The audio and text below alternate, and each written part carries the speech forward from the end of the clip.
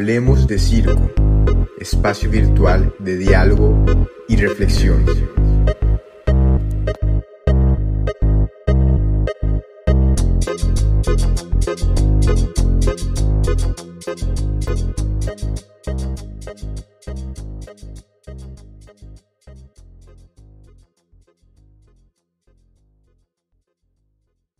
Capítulo 16 de Hablemos de Circo, y ahora nos encontramos con una increíble invitada que viene desde la Argentina. Con nosotros se encuentra Julieta Infantino y tengo el honor de poder preguntarle primero si ella quiere presentarse, si ella quiere explicar un poco de su trabajo. Y en esta oportunidad vamos a hablar no solamente de lo que ocurre en el circo en Latinoamérica, sino también tenemos el agrado de hablar del circo que ocurre en la Argentina. El honor de que tú puedas iniciar este proceso de charla aquí en Hablemos de Circo. Bueno, qué responsabilidad. Bueno, me presento. Yo soy Julieta Infantino, soy antropóloga, doctora en antropología, profesora de la Universidad de Buenos Aires, investigadora del Instituto de Ciencias Antropológicas de mi facultad, la Facultad de Filosofía y Letras de la Universidad de Buenos Aires, e investigadora del CONICET, que es el Consejo Nacional de Investigaciones Científicas y Técnicas. Todos estos títulos, bueno, los fui logrando, y espacios los fui logrando con mucho trabajo, laburo, como decimos en Argentina, desde hace muchos años investigando sobre o con, diría, artistas de circo en Argentina. Hace ya 20 años, y siempre digo que cuando me acerqué a, sobre todo, el arte de circo con un objetivo claro, que era indagar en un mundo que yo veía en gran crecimiento a fines de los 90, empecé a trabajar en el 99 desde la antropología. Entonces empecé indagando en un mundo que yo veía en gran crecimiento, pero del que no había nada escrito. Siempre digo que el circo en Argentina es un arte como tan, o ha sido históricamente un arte tan desprestigiado, que ni siquiera tenía intelectuales interesados en indagar en qué pasaba en estos mundos. Sí había grandes historiadores de circo, Beatriz Seibel, previamente Castagnino, que son referentes aparte a nivel no solo nacional, sino regional, ¿no? Porque las investigaciones de Beatriz Seibel sirvieron para dar cuenta de un proceso que era en todo el Río de la Plata y que trascendía las fronteras locales, nacionales. Pero bueno, más allá de eso, cuando me acerqué a investigar, no había nadie que estuviera mirando qué pasaba con esos jóvenes artistas, sobre todo en la ciudad de Buenos Aires, donde yo miraba, que se habían acercado a las artes del circo, que habían empezado a resignificarlas a partir de los años 80, que habían ocupado las calles y los espacios públicos con espectáculos de circo callejero, que tenían un discurso particular, que se congregaban en espacios y en circuitos de circulación de estas artes específicos.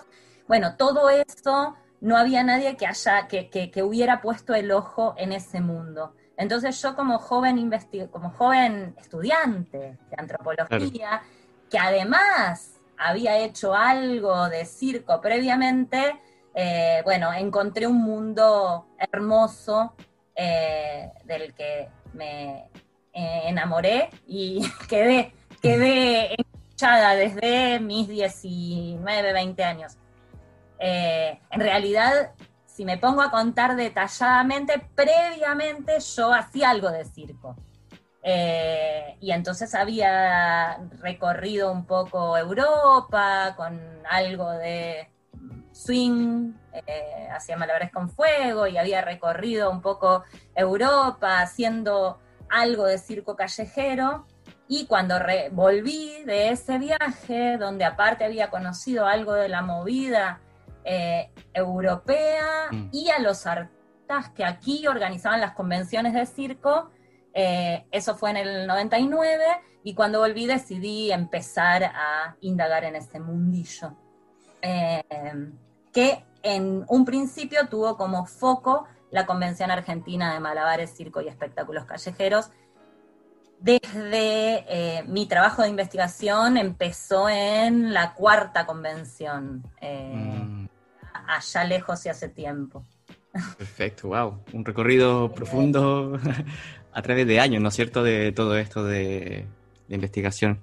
Pero bueno, adentrándonos también a la parte ya de tu trabajo como antropóloga dentro de esto, hay varias publicaciones y no sé, yo aquí googleo tu nombre, lo busco por internet y aparecen algunos documentos súper interesantes sobre tanto la juventud y el circo, tanto en Buenos Aires como en la Argentina, y algunas publicaciones también. No sé, como tú fuiste la que inició este proceso, porque yo te hablo de mi experiencia, que todavía todo es tan nuevo por hacer, ¿cómo era en tu momento igual cuando empezaste con esto, donde no había información? O sea, ¿dónde estaban las bases? ¿Con qué conflictos te encontraste?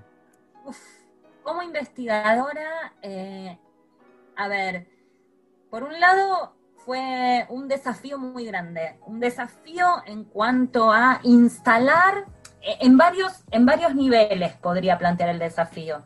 Por un lado, instalar que investigar sobre una práctica artística particular desde la antropología tenía sentido. Entonces tenía que disputar un campo de estudios dentro de la academia y dentro de la antropología en particular. Donde, como en cualquier disciplina, hay temas más valorados que otros, y a veces recuerdo un gran antropólogo italiano, Lombardi Satriani, bueno, que en los 70 planteaba estas cuestiones, ¿no? No hay temas mejores o peores, hay buenos abordajes o malos abordajes, y uno puede decir de un caso muchísimas cosas interesantes, antropológicamente hablando, o pueden no decirlas, digamos. Bueno, entonces eso fue todo un desafío. Por un lado, instalar que con ese caso, que era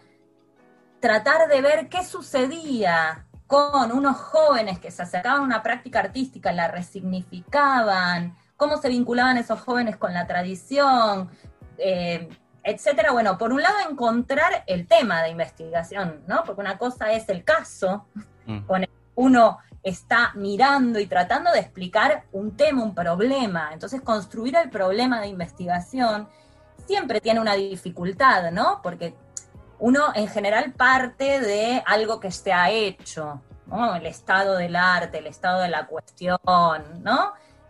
Cuando eso no hay casi hecho y nadie lo miró con respecto a tu caso, bueno, uno tiene que empezar a construirlo. Ahí yo me fui a pensar en investigaciones vinculadas a otras artes populares.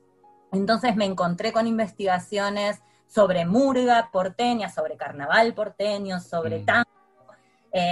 Inicié un trabajo colectivo bajo la dirección de la que fue mi directora de tesis, Alicia Martín, que trabajaba con cultura popular. Entonces, en ese sentido, empecé a armar un marco teórico que me permitiera ver cómo otros habían analizado qué sucedió con otros lenguajes artísticos. Ese fue un camino que encontré.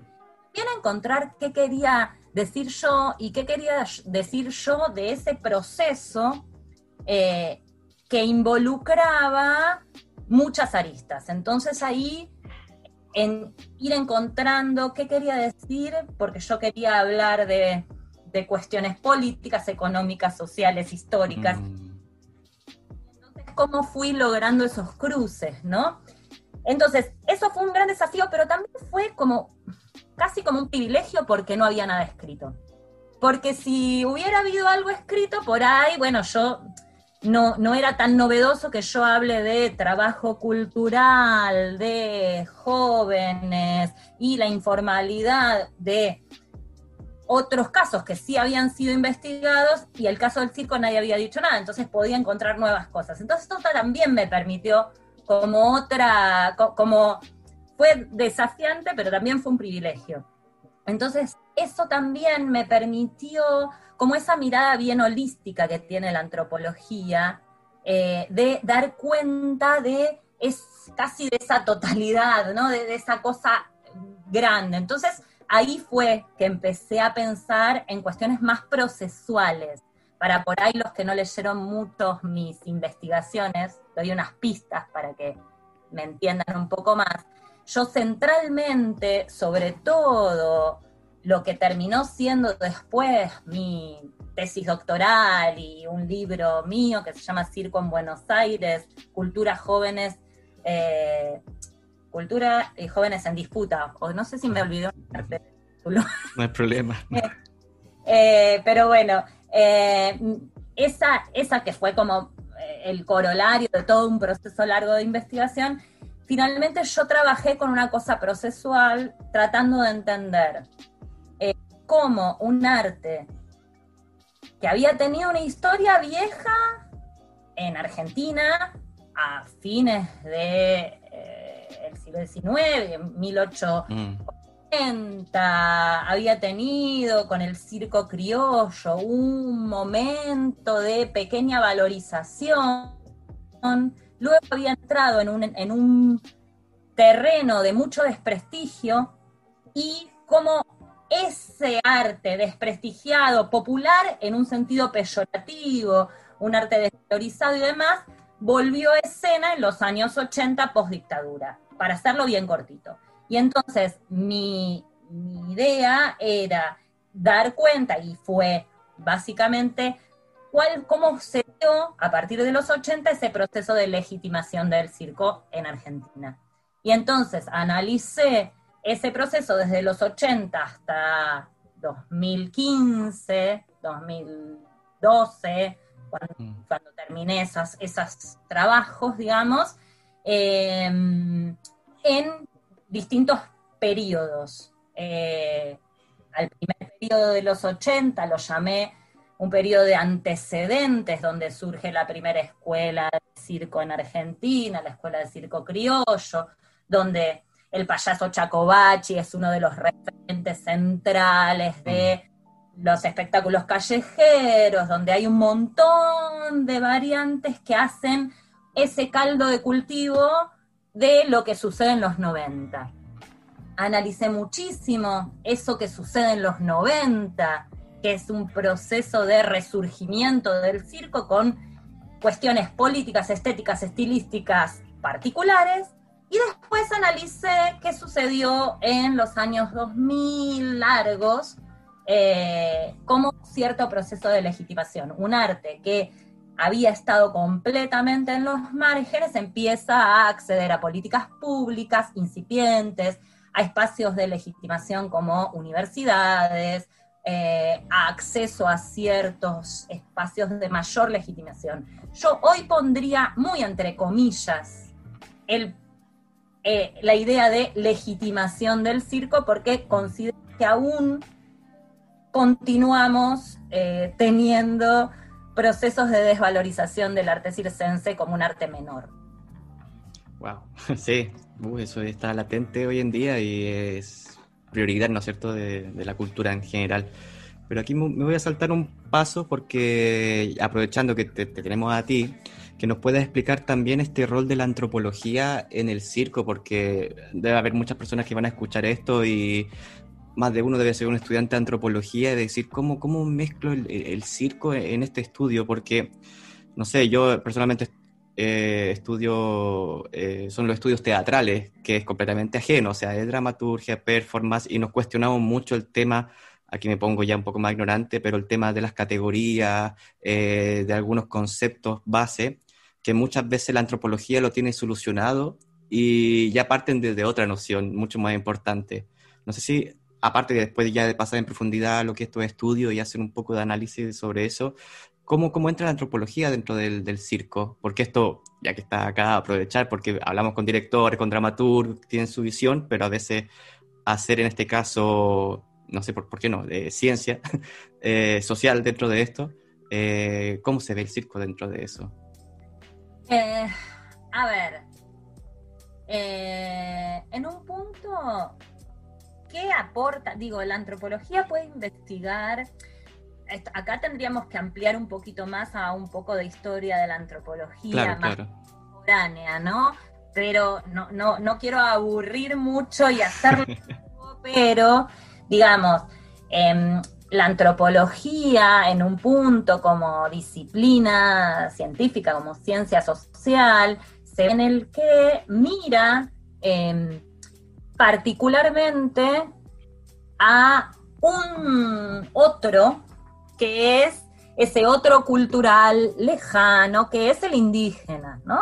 El no occidental, en esa Europa de 1900, sí, ahí, ¿no? Que, bueno, es ese mirar a un otro extraño. Entonces, Malinowski, para el que sabe algo de antropología, como el padre de la antropología, yendo a las Islas Trobriands a entender otro mundo, otra cultura, ¿no? Como todo ese otro sistema de vida, simbólico, económico, político, relaciones de parentesco, creencias, religión, etcétera, etcétera.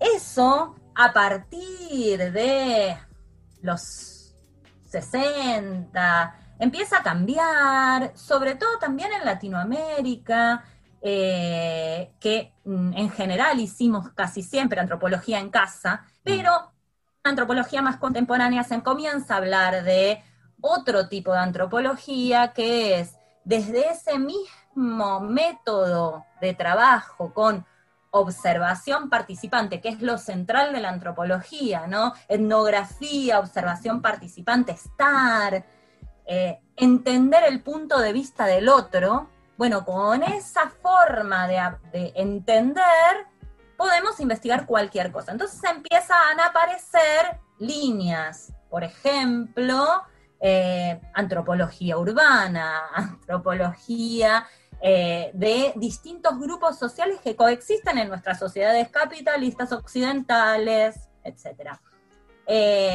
Entonces, ahí hay como un cambio, y bueno, esto contado muy, muy cortito, digamos, pero empieza a haber un cambio y se mantiene una mirada, pero hoy la antropología es antropología, digo, de la salud, de la educación. Los antropólogos trabajamos con la gestión de políticas culturales, trabajamos en Argentina, por ejemplo, hay equipos muy importantes de antropología dedicado a lo jurídico, a la memoria de la última dictadura militar. Se trabaja con diversidad de cuestiones y de temáticas y de casos, ¿no?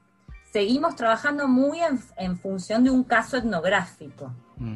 Entonces, esa fue como... Y para mí también eso fue todo un desafío, cuando empecé a investigar, porque en un punto yo me planteaba a mí misma, bueno, para mí va a ser mucho más fácil hacer antropología, porque voy a estar trabajando con jóvenes que son de mi misma ciudad, hablan mi mismo idioma, hacen casi las mismas prácticas que hago yo, y eso llevó a un montón de desafíos. Mucha de la antropología, de las reflexiones más actuales de la antropología y de esto que te estoy contando, plantean esta necesidad de hacer un poco menos familiar, o sea, exotizar eso cotidiano, porque en realidad tenemos que tratar de distanciarnos y poder entender, bueno, esos otras formas de mirar el mundo que pueden estar al lado tuyo en tu ciudad.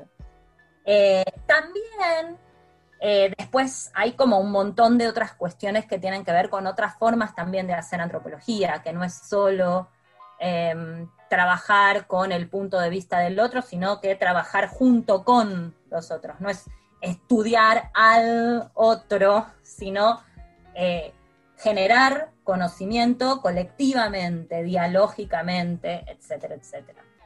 Entonces ahí hay como todos otros mundos que después puedo volver a la cuestión de la antropología en colabor. Sí.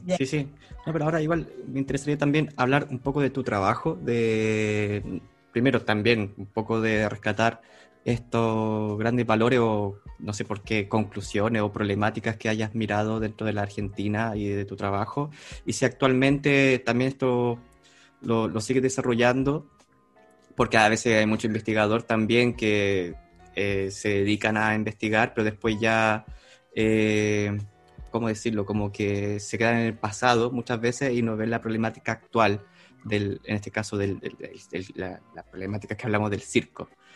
Porque después podemos pasar a hablar de identidad latinoamericana, pero ese otro punto ahí que no... Pero tenemos tiempo para poder escucharte.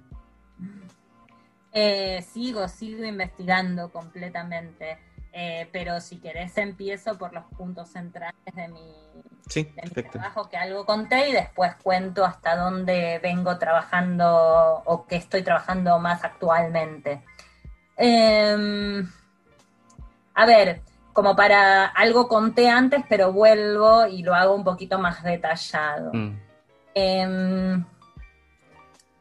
Como algunas de las líneas centrales de lo que fueron mis investigaciones de licenciatura y doctorado, que se convirtieron a veces, en un libro, pero también muchos artículos. Vos decías que uno encuentra disponible trabajos, y eso tiene que ver un poco con la forma de trabajo académica, ¿no? O sea, uno como investigador tiene que publicar. Entonces, yo fui publicando resultados. Si bien uno puede estar en desacuerdo con ciertos requisitos de este sistema capitalista que nos hacen publicar a los investigadores con papers, en un punto en mi trayectoria hizo que yo publique desde las primeras ideas que iba teniendo y fui reelaborando y fui viendo. Entonces hay muchos trabajos. Y además, por lo que decía antes, ¿no? Que como no había nada escrito, bueno, a ver, hice un seminario sobre corporalidad, miro el circo y escribo sobre cuerpo y circo. Y hice un seminario en mi formación, ¿no? Sobre trabajo cultural, e indagué sobre estas cuestiones. Bueno, escribo sobre trabajo cultural. Y después todo eso se fue entrelazando en, 2 tesis, ¿no? Y centralmente, como la que contaba un poquito de estos procesos, cuando este proceso de resignificación del arte, yo ahí trabajé bastante en función de como distintos objetivos. Por un lado, dar cuenta de quiénes eran los jóvenes que se acercaban a estas artes con los que yo venía trabajando, y cuáles eran sus búsquedas y y cómo dar cuenta de ese proceso. Entonces ahí la historización, mi trabajo no es un trabajo histórico, pero siempre termino historizando muchísimo.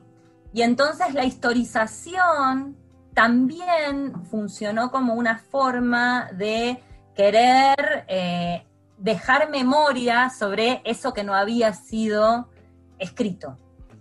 Y entonces ahí me encontré tratando de enlazar con las charlas que yo iba teniendo con los artistas, las entrevistas que podía hacer en un radio reducido de posibilidades, no había internet, entonces eran las que podía hacer en mi ciudad, o cuando viajaba a una convención, con poca financiación también. Mis primeras investigaciones fueron con muy escasa financiación. Entonces, lo que yo podía hacer las convenciones de circo eran un lugar de encuentro donde yo podía entrevistar, podía juntarme con artistas y charlar. Bueno, todos esos fragmentos me permitieron hacer esta historización que yo decía, que no es una historización de datos, sino más bien una historización que me permita decir cosas sobre esos contextos de época. Entonces, ¿qué pasó en los 80 en Argentina para que se mirara un arte popular y se recuperara y se lo llevara al espacio público? Bueno, el destape de la primavera democrática, y entonces jóvenes participando social y políticamente a través del arte. Entonces ahí hay toda una línea muy fuerte de nuestro circo que tiene que ver con una fuerte impronta de una búsqueda por democratizar el acceso a las artes, utilizar las artes como se dio en la dictadura, pero después también denuncia lo que pasaba en los 90, ¿no? Entonces, bueno, esas fueron mis búsquedas, tratar de dar cuenta de qué pasaba en esos contextos. Por ejemplo, también yo necesité hablar de trabajo cultural porque los artistas se identificaban como trabajadores culturales, porque trabajaban de eso y porque luchaban porque en sus discursos yo encontraba que luchaban por instalar otras formas de conceptualizar una vida digna. Entonces, bueno, yo no me acuerdo, para citar a algunos de los grandes artistas con los que trabajé, ¿no? Recuerdo a Tomate, Víctor Ábalos, es un payaso muy reconocido, que él me planteaba, bueno, cuando a principios de los 90 yo me encontré con el circo, en realidad yo nunca me había pensado artista. Yo tenía una trayectoria de trabajos precarios, explotado, y cuando encontré la posibilidad de hacer un espectáculo en una plaza pública y empezar a ver que eso podía ser un ingreso y que no, quizás si hubiera tenido un buen trabajo y no me trataban mal y no me explotaban, quizás no hubiera seguido apostando a eso. Entonces él plantea, ¿no? No era que yo no tenía vocación artística, al contrario, la tenía y mucha, pero también se dieron esas dos cosas, ¿no? Un contexto de época donde la posibilidad del trabajo artístico, independiente, autogestivo, generaba no solo recursos para la subsistencia y quizás buenos, sino además un espacio para no ser un joven explotado por las ofertas laborales que te daban en pleno auge del neoliberalismo en Argentina, ¿no? De ofertas cada vez más precarizadas para esos jóvenes. Entonces, bueno, esas fueron como algunas de las líneas, ¿no? Y que fueron ampliándose. No sé, sigo después toda la línea de los vínculos con el Estado, es otro de los temas que a los que fui llegando en mis investigaciones, que tenían que ver con justamente un arte que había sido históricamente desprestigiada, empezaba a despertar interés en las políticas públicas locales. Y analicé las disputas que esto generó, y eso después me llevó a mis temas más recientes que tienen que ver con las disputas de los artistas por lograr políticas públicas que los reconozcan y demás. Y en esas líneas vengo trabajando en los últimos años. Perfecto. Sí, a mí dentro de esto también, yo creo que esa es como la problemática que se plantea a nivel quizás latinoamericano, siempre mirando, yo digo, al norte o al norte del primer mundo, como tienen, digo, y aquí miento, porque algunos tienen subvenciones y tienen prioridades, pero a mí al llegar a España me doy cuenta que, por ejemplo, subvenciones no existen como las que se habitan o en Chile o en Colombia, pero al mismo tiempo también son diferentes, cada territorio tiene su propia problemática. Pero hay cosas que son muy similares. Por ejemplo, en Chile hace muy poco se acaba de declarar la ley del Ministerio de Cultura, que hay una ley de arte escénica, en donde se dan prioridades a muchas cosas que nació desde el mismo sector, pero al mismo tiempo, cuando pasa por la cocina política, van cambiando varios aspectos, varias cosas. Dentro de esos apartados dice que ya no se puede trabajar como un autónomo o particular, sino tiene que estar dentro de una corporación o una agrupación o de una entidad, finalmente. Y el artista de calle decía, no, pero si yo trabajo solo, no... También tengo esta esencia casi antisistema, pero al mismo tiempo quiero cobrar por un trabajo con una boleta de honorario, ponte tú.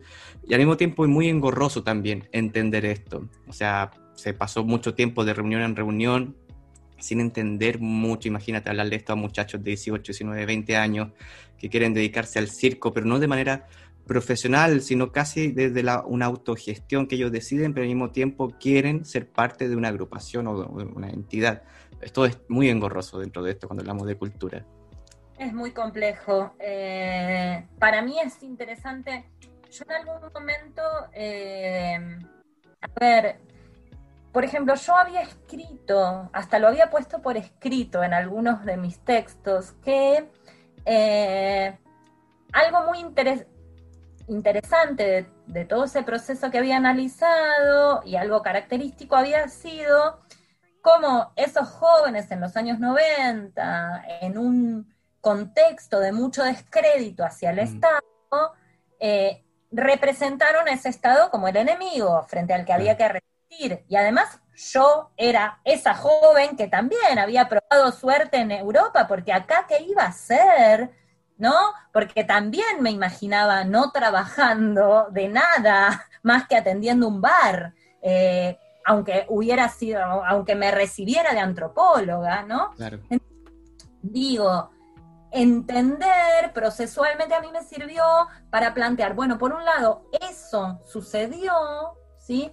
Y esa forma autónoma, autogestiva, generó una fuerte potencia política, pero también llevó a que muchos naturalicemos condiciones muy precarias de desarrollo de nuestro trabajo, y entonces, y sobre todo el trabajo artístico, ¿no? Entonces ni siquiera nos habíamos organizado para demandarle al Estado que cumpla con ciertas cuestiones.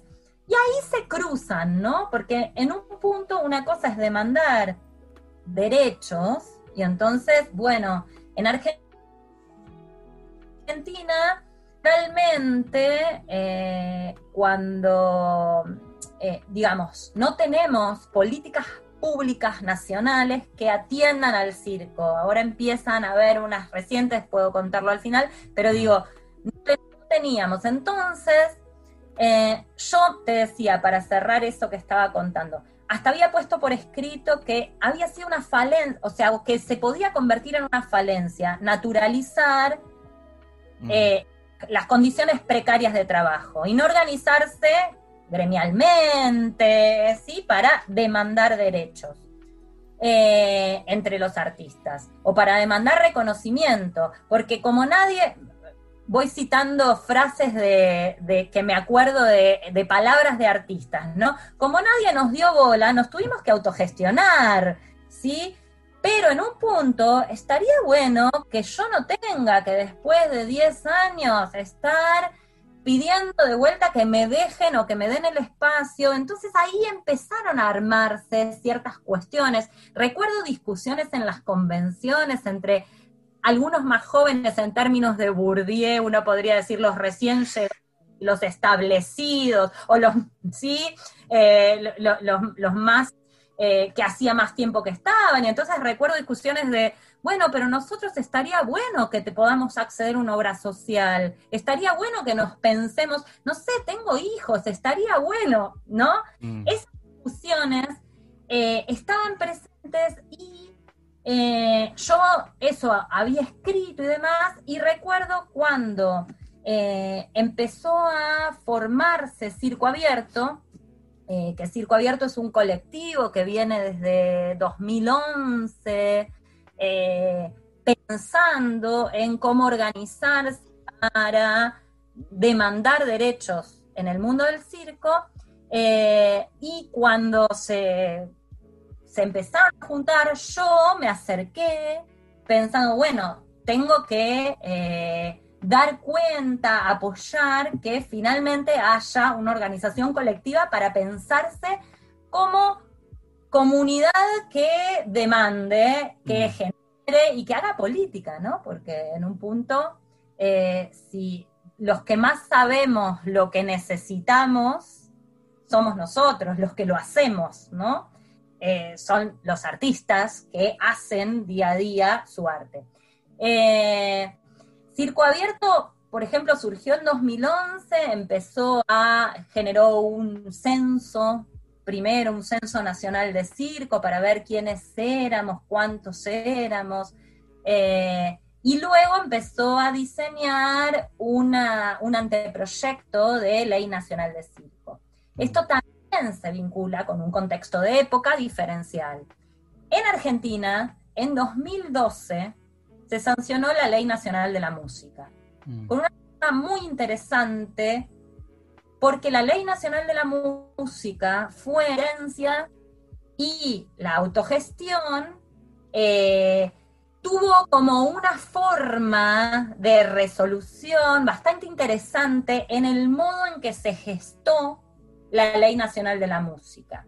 Entonces, cuando los músicos lograron la creación del INAMU, del Instituto Nacional de la Música, funcionaron como un modelo a seguir por muchos otros colectivos. Y ahí los y las cirqueras, los y las bailarinas y bailarines, entonces se empezaron a organizar para demandar también, por ejemplo, un Instituto Nacional de la Danza, un Instituto Nacional del Circo. Entonces, un poco esas son unas de las líneas de mis últimas investigaciones que me preguntabas. Seguir este proceso de una politización de los artistas desde otros lugares, desde, por ejemplo, estas demandas por leyes, por reconocimiento, por recursos, por políticas que no prohíban. Hace 2 años en Ciudad de Buenos Aires se intentó avanzar con nuevas políticas restrictivas hacia el arte callejero y hubo una organización muy interesante demandando que el arte callejero no es delito.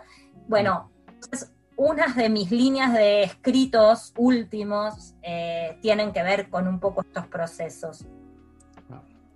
Y dentro de todo esto, ¿cómo lo ves ahora actualmente? Ya nos situamos en el 2020, lamentablemente ya estamos finalizando esto y cuando la gente está escuchando esto quizás vamos a estar en 2021 de una caja de Pandora, ¿no? Como que va a cambiar todo.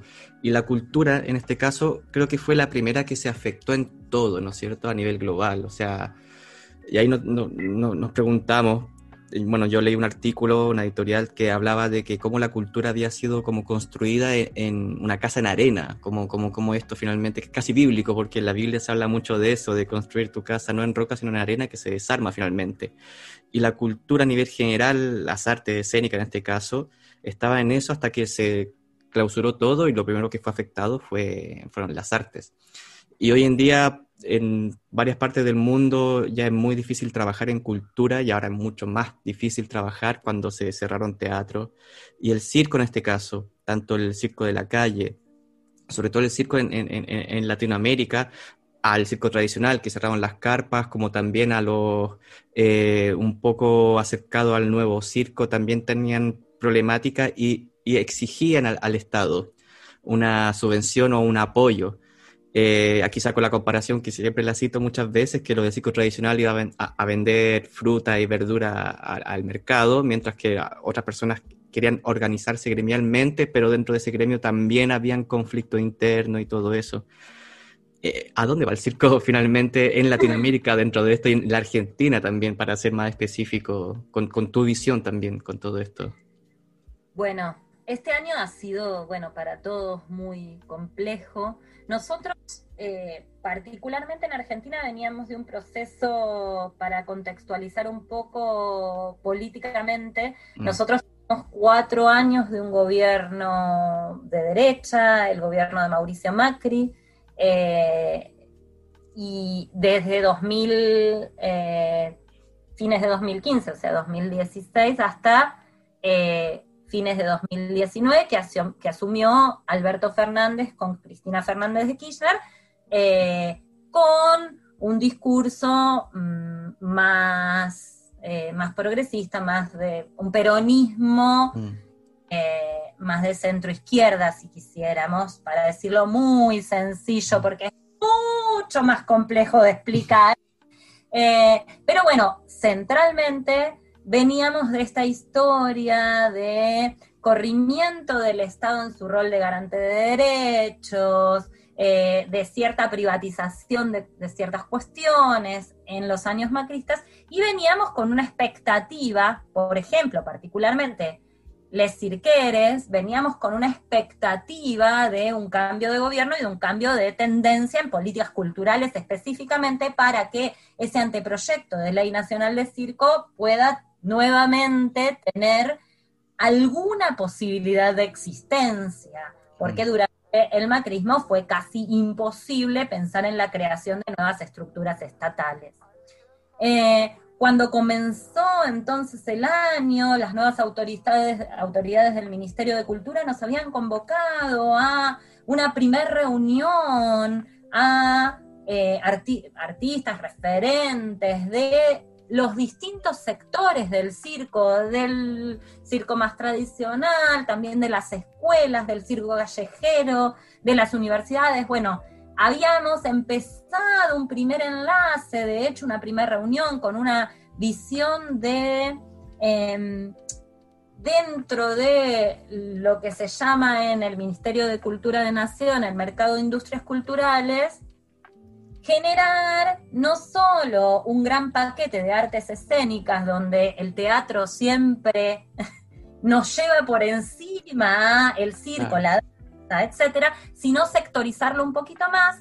Y entonces habíamos tenido una primera reunión sectorial de circo y vino la pandemia.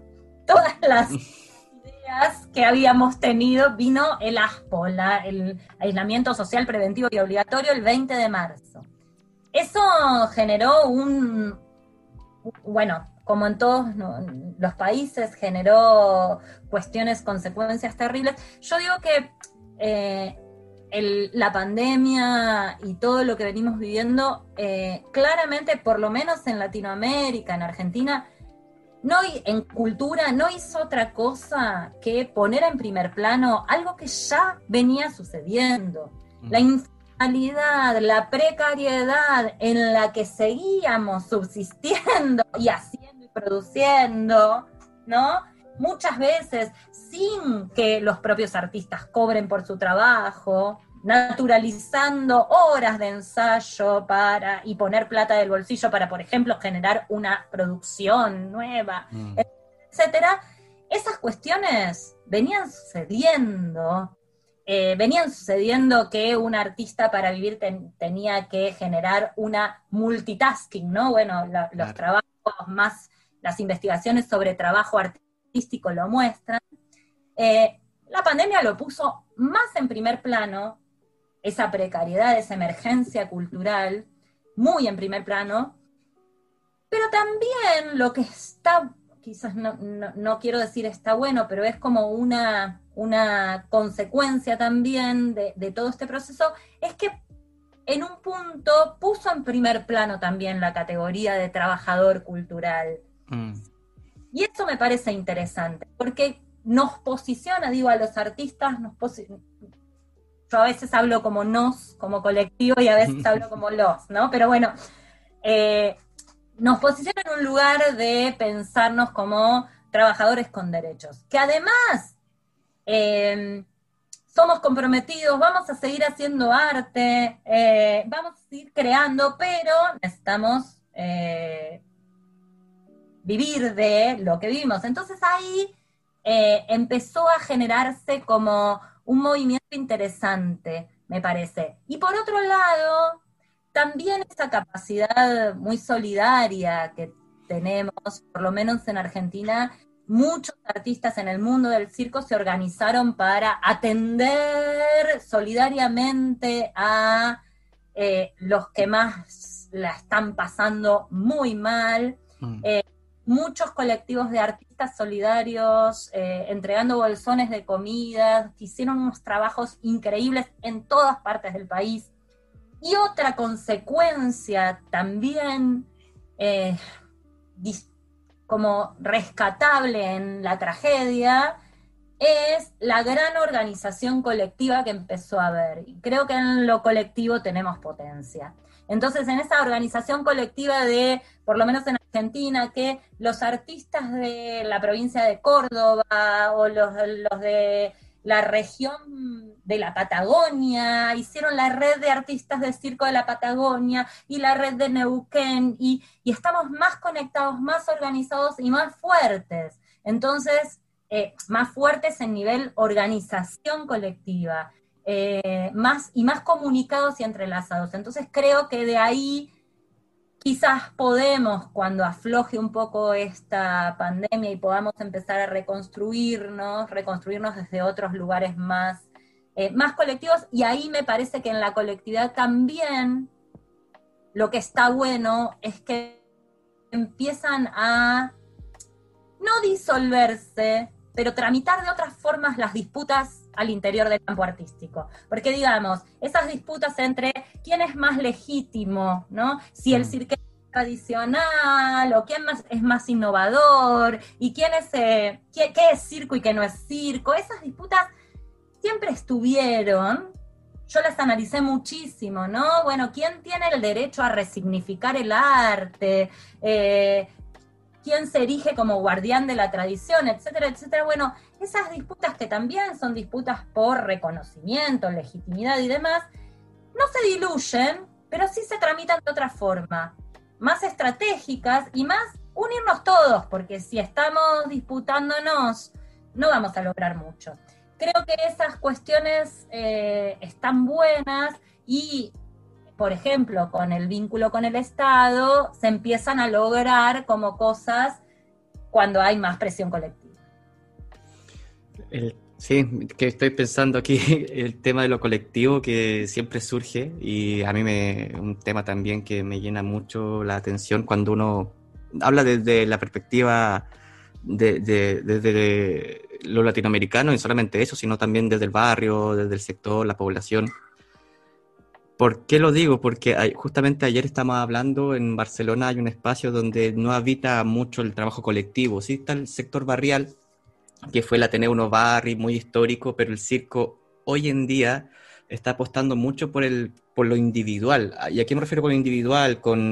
Desde un trabajo de un artista que hace un solo, hasta que las problemáticas se repartieron en distintos lugares. Y finalmente la asociación gremial de acá solamente corresponde a subvencionar o entregar ayudas, más que criticar el Estado en sí, porque también como cambia cada 4 años el gobierno de turno, tienen que ir a presentarse a la mesa, decir somos el sector de circo, cada 4 años tienen que hacer lo mismo de siempre, eligen presidente. Es complejo, pero es que es mucho mejor eso porque te hace mucho más fuerte y mucho más organizado. El tema que a mí ya estamos a 10 minutos de terminar, y yo seguiría conversando, pero por honor a la gente que nos escucha también, para no agotarlos mentalmente. Esta reestructuración del trabajador cultural, por lo menos en Latinoamérica, creo que es súper importante entenderlo, porque lamentablemente lo hacemos todo o no lo hacemos todo, si la mayoría de las cosas se hacen gratis y no se mira, o sea, que la gente no mira los ensayos, no mira las reuniones, no mira este problema finalmente. Y yo estoy actualmente pensando mucho en eso porque estoy con ese tema del trauma latinoamericano, hablando del trauma de lo decolonial o postcolonial, sobre todo de una persona que viene a Europa a investigar y después resulta que dices, no, aquí quiero hablar de mi esencia o de lo que soy yo también, de una Latinoamérica.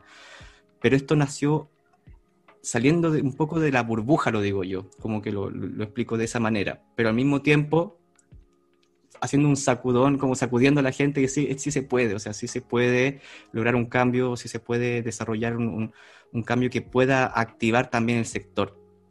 Pero aquí donde va mi crítica, que de repente hay gente que está en el poder, no menciono el sector de circo, que también hay gente que está ahí en el poder, pero más arriba de la cultura, de la ley, y que finalmente pagamos justo por pecadores. ¿Ya cómo me refiero a eso? Que yo en la compañía que trabajo se nos han cerrado 3 veces el estreno de la obra, que hemos estado un año completo y cada vez que vamos a estrenar se cierra por confinamiento de la ciudad, confinamiento del país, confinamiento del barrio, como que tú quedas así como, ¿y a quién finalmente va a acudir?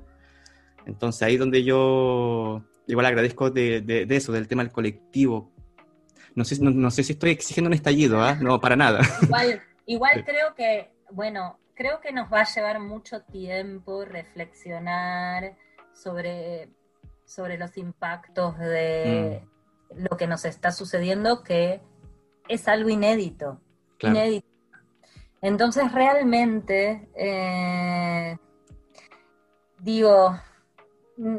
estamos en el proceso, viviéndolo aparte, viviéndolo día a día, en la desesperación cotidiana de desde no poder trabajar hasta no poder socializar, pero bueno, todas esas situaciones, los miedos de los rebrotes ahora, etcétera. Claro. Lo estamos viviendo.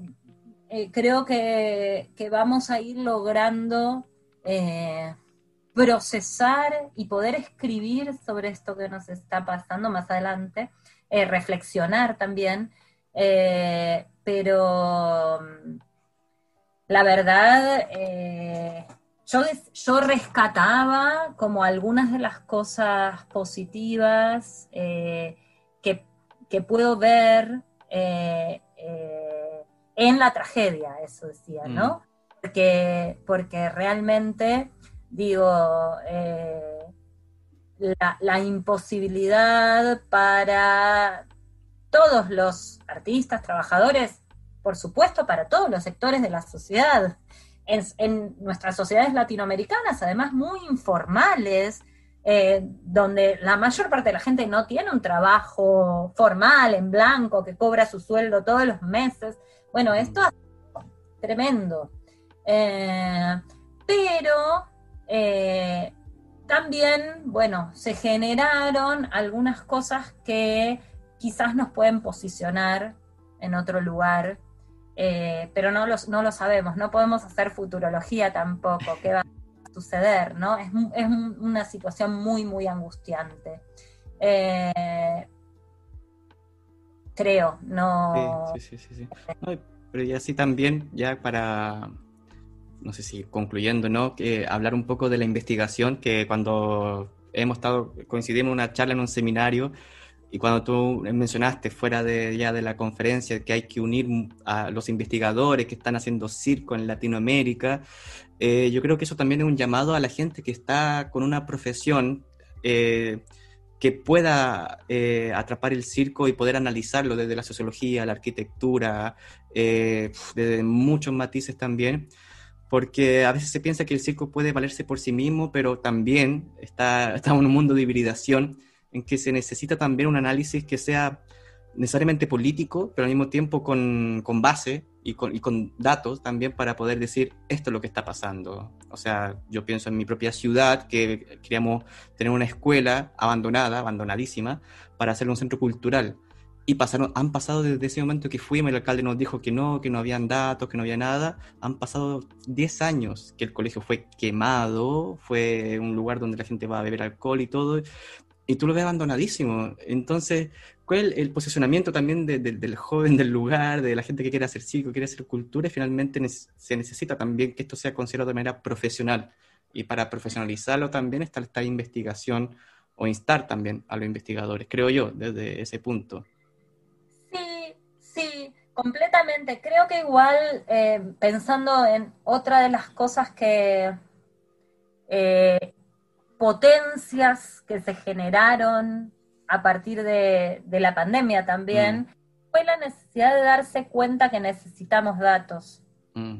No sé qué ha pasado en Chile, por ejemplo, pero en Argentina se han hecho relevamientos, censos de todas las artes, los trabajadores del tango, los bailarines, bueno, los cirqueros y las cirqueras, todos hicimos enseguida tratando de tener datos porque muchas veces, la política pública no se puede gestionar o idear si no saben quiénes somos y qué necesitamos.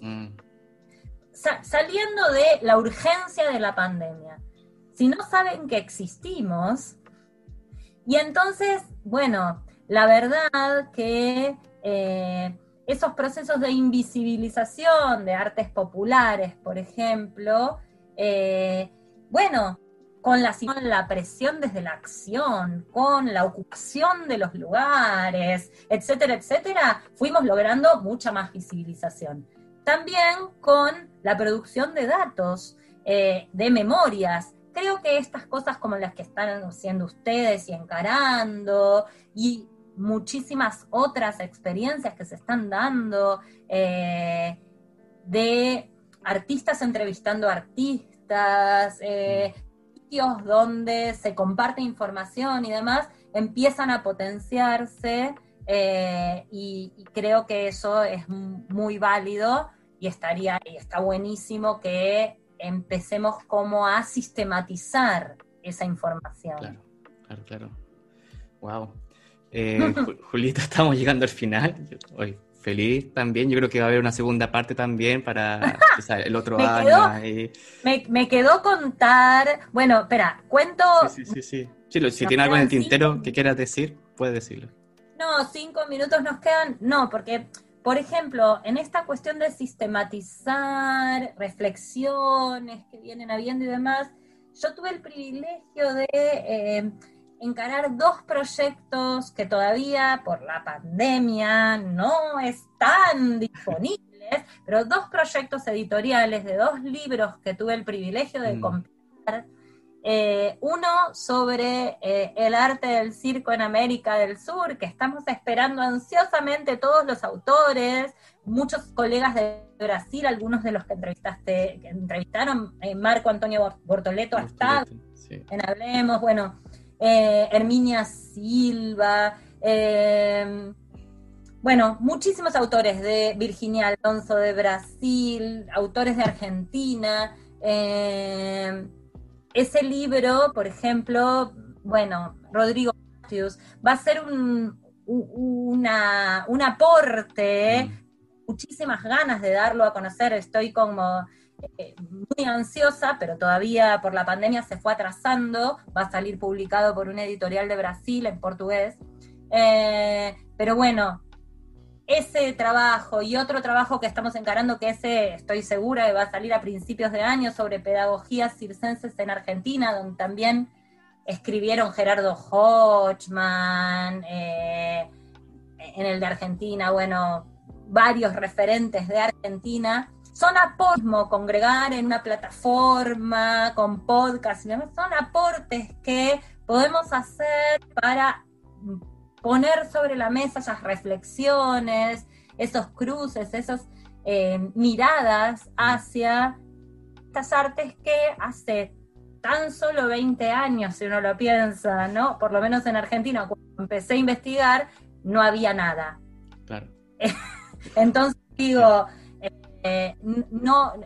los aportes que venimos teniendo no son menores y están buenísimos que los potenciemos. Así que felicitaciones también por este trabajo enorme que están haciendo. ¿no? Y gracias a ti también por participar y aportar desde mucho antes también, porque para nosotros también es un referente para iniciar en la investigación, que es completamente un campo minado, diría yo, más que difícil, porque te encuentras con muchas problemáticas, pero al mismo tiempo muchas como aventuras dentro de esto, que te das cuenta que a mí me dijeron que si nadie ha escrito sobre esto, es tu oportunidad de hacerlo. Entonces, te lo agradezco, Julieta, con todo el cariño también y con todo el equipo de Hablemos de Circo, que estamos aquí esperando que esto pueda funcionar y no quedar ahí dentro de la fiebre de la pandemia, sino que esto siga también a futuro. Buenísimo. Así que eso, estamos llegando al final. Y no sé si tienes algo que decir, algo que se quede en el tintero, porque uno de repente siempre dice, uy, podría haber dicho esto y no lo dije. Eres libre también de poder decir. No, creo que recorrimos un poco desde mi trayectoria algo de lo que sucede, de lo que viene sucediendo en Argentina. No sé, yo siempre igual trato de pensar en este trabajo intelectual, pero desde un lugar también pensando en que las prácticas intelectuales trascienden la academia, ¿no? No sé, yo estoy haciendo, después no se me va a ver, se me va a escuchar nada más, ¿no? Porque fuera entre comillas y no se me está viendo. Digo, esa valoración del trabajo académico a veces suena como que no estamos valorando un montón de otras prácticas intelectuales, ¿no? Algunos autores plantean, bueno, las prácticas intelectuales están en, no sé, en los movimientos populares, en un montón de lugares. Me parece que está bueno pensarnos potenciando las reflexiones desde muchísimos lugares, que cada uno tiene particularidades. Entonces somos, creo, muchos artistas que están reflexionando sobre sus propias prácticas, escribiendo, estudiando, acercándose a ciertas disciplinas, y muchos científicos, cientistas sociales que nos consideramos parte también. Y entonces en ese sentido creo que desde esa concepción de no sería de ciencia, sino de producción de conocimiento, podemos aportar reflexiones y potenciar saberes para que un arte milenario, popular, maravilloso, que siempre va a estar permanentemente modificándose, porque es imposible que no lo sea, vaya generando en todas sus formas, formas más menos hostiles para desarrollarse. Exacto. ¿Sí? Menos hostiles, porque en definitiva reclamamos que haya espacios que se fomente el arte circense en nuestros países, pero sobre todo que los y las artistas puedan crear, puedan trabajar, puedan hacer lo que hacen, que es genial. Muchas gracias, Julieta, por todo esto también, porque nos hace reflexionar también y es necesario para todos y todas y todes los que están escuchando en este podcast también. Bien, bueno, te quiero agradecer nuevamente por aceptar la invitación. Espero que nos podamos volver a encontrar nuevamente. Y aquí doy el dato a las personas que tengan dudas o quieran más contacto. Bueno, nos pueden escribir a hablemosdecirco@gmail.com y también te pueden buscar, ¿no es cierto?, a Julieta Infantino por Facebook o algún correo o... Mis investigaciones, mis textos también aparecen mucho en academia.edu. Si buscan Julieta Infantino en academia.edu están todas mis producciones y mi libro, el que hablé bastante, Circo en Buenos Aires, está online disponible también. Así que todos pueden leerlo. Exacto. Ok, muchas gracias, Julieta. Bien, bueno, vamos a pausar esto ahora y